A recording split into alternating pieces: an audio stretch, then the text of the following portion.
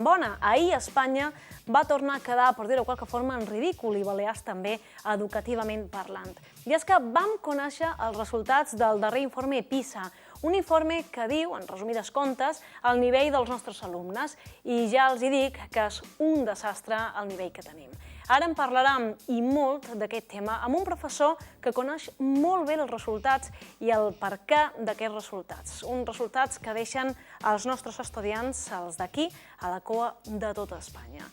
No mos van bé ni les matemàtiques, ni la lectura, ni les ciències. Ho comentam, com els deia en uns segons, amb el professor de la Universitat, Antoni Ballester. No es moguin, que comença tot 4 ara mateix, que són les 8 i quasi 3 minuts. Com els deia, començant parlant de l'informe PISA, aquest informe que ens deixa en ridícul.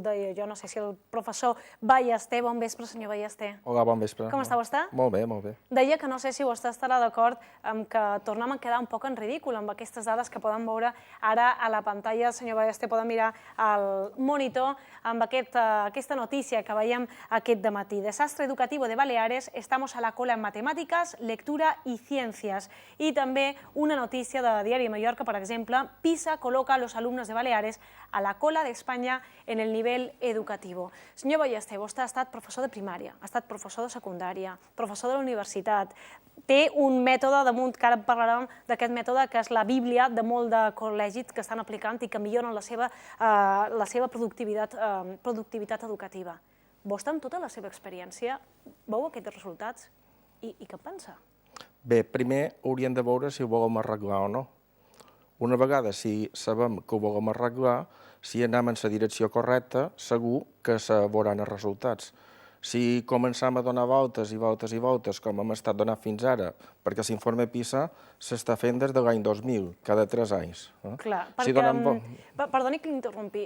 Si li pareix bé, començaré per una altra pregunta. Què és l'informe PISA? Perquè la gent que ens està veient entengui la gravetat, per dir-ho de qualque forma, d'aquests resultats. Bé, l'informe PISA és un programa d'avaluació internacional dels alumnes que se fa en els alumnes quan fan 15 anys, estiguin en el curs que estiguin, tant si han repetit com si no, i és un estudi que fa l'OCDE per avaluar com està l'estat educatiu dels diferents països.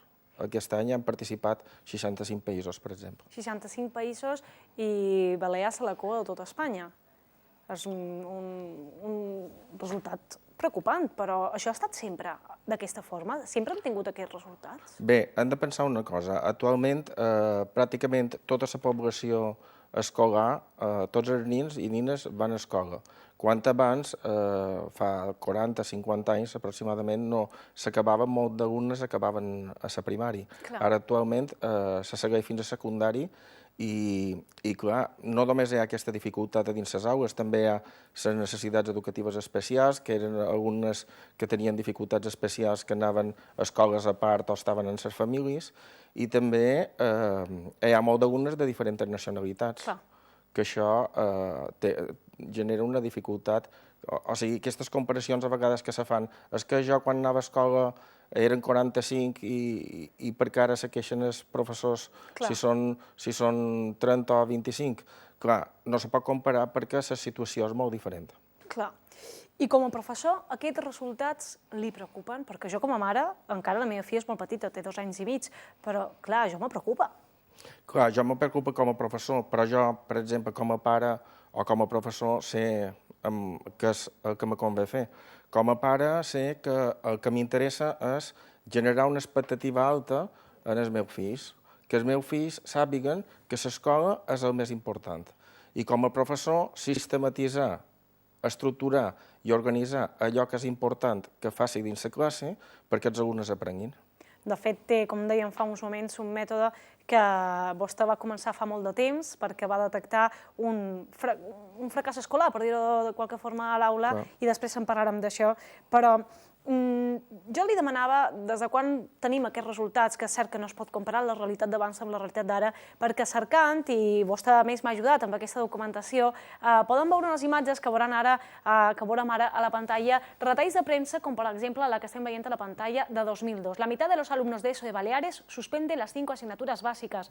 O aquest de Diari de Mallorca, que diu que Baleares sigue siendo la comunidad autónoma con mayor fracaso escolar, que yo no sé si estoy leyendo a la vez que la pantalla. Baleares sigue, exacte, aquesta era, de última hora, Baleares sigue siendo la comunidad con mayor fracaso escolar de 2003. La mitad de los estudiantes son analfabetos funcionales cuando terminan la ESO any 2007. Y también la mitad de los alumnos de Baleares no logra acabar los estudios sin repetir un curso. També d'aquest mateix any del 2007 i del 2007, l'esperança de vida escolar en Baleares és la més baja de l'Estado. I només hem agafat aquests 3 anys, 2002, 2003 i 2007, però podríem continuar fins avui. Clar, i si seguim fent el que hem fet des de 2002 fins ara, seguirem tenint d'aquí 3 anys, d'aquí 6 i d'aquí 9 els mateixos resultats. I per què això no es canvia? Perquè les proves estan, tenim tot això que hem viscut i que hem vist, per què no se fa res per canviar això? I per què passa això, sobretot? Mira, l'aigua bull en els 100 graus centígraus. Si volem que l'aigua bulli en els 55, en els 45, o provarem en els 60, i si no tornarem enrere, i tot això van passant generacions d'alumnes, cada vegada va passant més alumnes, va passant més temps, i se generen resultats negatius o els mateixos, o continuem igual. Si fem les coses que científicament estan demostrades que funcionen, tindrem resultats millors i els nostres alumnes milloraran. Mira, ara la ministra de Finlàndia ha comentat avui, és una notícia del diari El País, que resulta que Finlàndia era el país que tenia millors resultats fins ara. Resulta que fins ara havia tingut a les darreres proves els millors resultats, però ara sabeu que se n'ha anat per avall, ha descendit els seus resultats. I si la ministra diu: tenim el professorat amb una sòlida formació acadèmica i tenim una activa participació dels pares en la comunitat educativa. El que passa és que els alarmants resultats que acabem de tenir és perquè s'ha desvaloritzat l'escola per part dels alumnes i dels pares i la societat en el conjunt. És a dir, que el que cerquen és retornar la motivació a l'estudi i a l'aprenentatge per actualitzar l'escola. Comentava també la ministra que coses com el Facebook o com les noves tecnologies o com distractors que han començat a entrar dins la societat finlandesa han fet que puguin baixar aquests resultats. Si feim l'escola tan atractiva com el Facebook o tan atractiva com que sigui pels infants i pels joves interessant, agradable a l'escola, els resultats no només a Balears, sinó a qualsevol país del món milloraran segur. I d'aquí és aquesta feina de fer més interessant les escoles, perquè aquí tenim 3 factors, m'imagino, 3 protagonistes. Per una banda, els polítics que posen en marxa un sistema educatiu i que ja duim certes reformes educatives. Per una altra banda, tenim els professors, que són els que poden motivar més o manco els alumnes, m'imagino, i també tenim uns pares que poden estar més pendents o no de l'educació dels seus fills. Però de la motivació aquesta que me parla vostè, que tal vegada seria una de les solucions per aconseguir més interès per part dels alumnes, de qui depèn? Miri, avui he estat una classe de segon de batxillerat i he demanat als alumnes, ha sortit el tema de com anaven els seus estudis. Jo els deia, era molt important, teniu exàmens aviat, ara venen les notes de Nadal, era molt important que estudieu i això. I un alumne m'ha dit, és que la meva mare me diu que és molt important que estudiï. I vos ho diuen a tots els altres. Bé, de tots els alumnes que estan fent actualment segon de batxillerat a la meva classe, tots i totes, tots els nins i totes les nines, m'ho diuen, és que els nostres pares mos estan molt damunt. Jo no diria damunt, diria de vora. És a dir, s'ha d'estar a de vora els fills, a de vora els infants des de molt petits, des de la cuna, fent-los veure que l'escola és molt important i la prioritat de la família ha de ser l'escola. Generar una expectativa alta respecte de l'estudi, és a dir, que els infants i joves vegin des de la base, des dels pares, les mares, tutors o familiars que tenen els fills, que l'estudi és el més important, és la feina que fan els nins, és de vital importància per tenir bons resultats acadèmics. Després hi ha el professorat, que és el professorat moltes vegades ens queixam és que no venen motivats, però bé, també hem de pensar de quina manera ens poden motivar, quines produccions poden fer que facin els alumnes que els motivin realment, que siguin interessants, que siguin atractives. I crec que en aquesta direcció. Clar, escoltant tot el que m'està dient d'aquesta responsabilitat que tenen els professors, d'aquesta responsabilitat que tenen els pares, això m'imagino que és ben igual a tot l'Estat, a tot el país, que els professors haurien de tenir la mateixa motivació aquí que a Andalusia, per exemple. Però per què a Balears tenim els pitjors resultats? Què feim malament aquí que no facin a la resta de l'Estat, que tampoc és que vagi molt bé, però per què nosaltres tenim sempre el pitjor resultat? Fracàs escolar, els darrers d'Espanya i Espanya els darrers de tota Europa. Per tant, Balears els darrers de tota Europa. Què feim malament? I qui ho fa? Els professors, els polítics o els pares? Bé, jo crec que és una responsabilitat compartida de cadascú. Aquí a Balears tenim un factor afegit de dificultat, que és una comunitat autònoma molt centrada en soci, amb una estructura productiva en la construcció. És a dir, és fàcil que abandonin l'escola, o fins ara ha estat fàcil que abandonin l'escola. Clar, això són factors que d'una manera o l'altra també influeixen. Però bé, s'han manejat molt de factors com, per exemple, els canvis de lleis educatives, que fa falta un pacte per l'educació, el número de les ràtios són el número d'alumnes per aula... En fi, molt de factors així. Però jo no crec que siguin els factors més importants. Crec que el més important és aquest que t'he dit, l'expectativa alta que creen els pares respecte de l'estudi i la motivació dels professors. Mira, pels pares hi ha un CD que se diu Com educar, com ensenyar, com aprendre, que se pot descarregar gratuïtament des de la nostra pàgina web, que som d'un grup de professors, on hi ha experts de diferents llocs del món que parlen sobre com educar millor els fills per part dels pares i per professors també com fer millor l'aprenentatge. I es pot descarregar des de la mateixa web aprendizajesignificativo.com. Perfecte, ara els meus companys posaran aquest ròtol on es poden descarregar, ja ho estan veient a la pantalla, www.aprendizajesignificativo.com, perquè l'aprendizaje significativo, ja en vàrem parlar molt aquí en aquest programa, just començar aquesta temporada el 7 de setembre, si no estic equivocada, perquè vàrem entrevistar el senyor Ballester, que ja va estar aquí. Vàrem parlar d'aquest mètode, un mètode que vostè va posar en marxa perquè va notar fa 30 anys que la seva classe, què passava? Bé, la meva classe veia que era d'una zona turística de Mallorca i veia que el 30% dels meus alumnes suspenien. I llavors, a poc, vaig anar amb un equip d'investigació d'aquí de la Universitat de les Illes Balears, de l'Autònoma de Barcelona, de la Universitat Pública de Navarra i en l'assessorament del professor Novat dels Estats Units, investigar quins eren els factors a dues aules meves que fessin que els alumnes aprenguessin. I investigant aquests factors, un que vàrem veure molt important era la motivació, fer el treball un poc més obert, la creativitat, el mapa conceptual d'en Novak, que el que fa és representar els conceptes i relacionar-los, perquè, clar, l'aprenentatge està molt relacionat, així com aprenen els alumnes, és allò que és més important. Si nosaltres ensenyem de la manera que els alumnes aprendran millor. El mapa conceptual el que fa és representar el coneixement. I ara mateix, si haguéssim d'escollir un problema, quin és el principal problema dels alumnes ara mateix per no aconseguir aquests millors resultats? Vostè com a professor, i quan va començar i ara, amb aquests anys d'evolució, quin és el principal problema?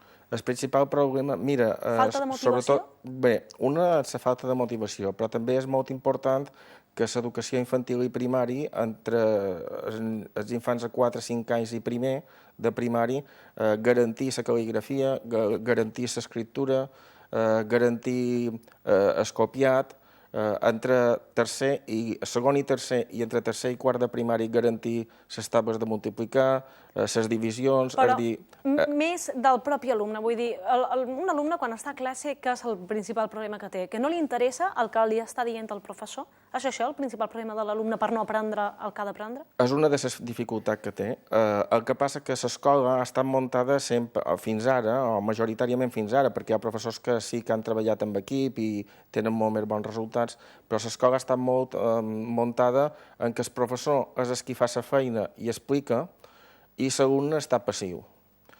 Clar, des de fa més de 200 anys, aproximadament, hi ha estudis d'escola activa que fan que el que fa és que sigui l'alumne qui estigui actiu i faci la feina, perquè el professor ja sap l'assignatura I llavors se canvia la dinàmica de l'aula fent que sigui l'alumne qui faci la feina i aprengui i el professor supervisi o coordini. I a més, això són tal vegada aspectes del que vostè trata en aquest sistema aprendizaje significativo, on la concentració, la motivació i, com deia vostè, la creativitat són molt importants. Un mètode que s'està aplicant ja a Catalunya, s'està aplicant a llocs d'Espanya, a Sud-amèrica, de fet crec que demà es presenta a Argentina, i jo he pogut llegir articles que hi ha directors de col·legis, sobretot de Canàries, que diuen que és la Bíblia, que des que posen en marxa el mètode que vostè va crear, ha millorat molt la productivitat educativa dels seus alumnes, que estudien i que aprenen millor. Però el que no entenc és que aquí, a Balears, d'on és vostè, no s'està posant en marxa, quan ha quedat demostrat que sí que funciona. De qui depèn que aquí a les nostres aules poguéssim tenir el seu mètode? Bé, l'administració educativa, les persones que hi ha dins l'administració educativa, no només d'aquesta comunitat autònoma, sinó també d'altres comunitats autònomes, ens han ajudat molt en tota la investigació i en tot el procés d'aquest projecte. Jo crec que depèn molt de les persones. No se pot criticar l'administració educativa així en general, sinó depèn de les persones. Si els interessa ajudar a un projecte com aquest o no. Quan nosaltres vam tenir el resultat de Canàries, una assessora nostra ens va dir si políticament interessa farà molta de via. Jo penso que si políticament no interessa també avançarà, el que passa que avançarà més a poc a poc.